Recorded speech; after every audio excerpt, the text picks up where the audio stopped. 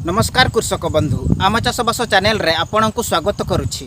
कृषक बंधु आज आम जानिबा वर्षा ऋतु रे छेड़ी मानकर किपरि जत्न नेबे एवं छेड़ी मानकु किपरि चराइबे। तेबे चलंतु कृषक बंधु आज आम जानिबा वर्षा ऋतु रे छेड़ी मानकर किपरि जत्न नेबे।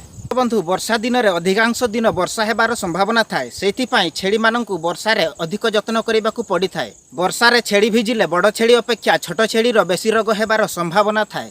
सेथिपाई आपण जदि वर्षा ऋतु रे छेड़ी चराइबाकू नेउथांती तेबे छोट छेड़ी मानकु घरे ही रखिथांतु।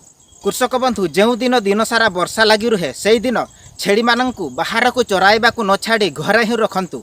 छेड़ी मानकर खाइबा पई घास किंबा डालपत्र काटी आनी दियंतु। कृषक बंधु आपण जदि घास चाष करिथिबे तेबे वर्षा दिन रे छेड़ी मानकर खाइबारे असुविधा हेबो नाही। जेउ दिन वर्षा लगी रहिबो सेही दिन घास काटी खाइबाकू देई पारिबे। वर्षा दिन सारा लगी रहिले आमे बा आम अंचलर समस्त चाषी छेड़ी मानकु चराइबाकू न छाड़ी तांको पई डालपत्र और घास काटी आनी खाइबाकू देइथांती। कृषक बंधु जदि मेघुआ पाग करिथाए एवं वर्षा हेबार संभावना थाए तेबे छेड़ी मानकु चराइबाकू बेसी दूर को न नई घर पाखरे ही चरांतु। कारण जदि वर्षा हेबार आसुथिबार देखिबे तेबे छेड़ी मानकु संगे संगे घर को आनिबे। जदि वर्षा पुणी छाड़े तेबे छेड़ी मानकु पुणी थरे छाड़िबे। कृषक बंधु आपण जदि छेड़ी चाष करिसंती तेबे अति कम रे 2 रु 3 डिसमिल जगह घास चाष करबा निहाती आवश्यक। कारण जेउ दिन दिन सारा वर्षा लगी रुहे एवं कौनसी कारण जोगु जदि आपण छेड़ी छाड़ी पारु नथिबे तेबे सेही दिन घास काटी छेड़ी मानकु खाइबाकू देई पारिबे।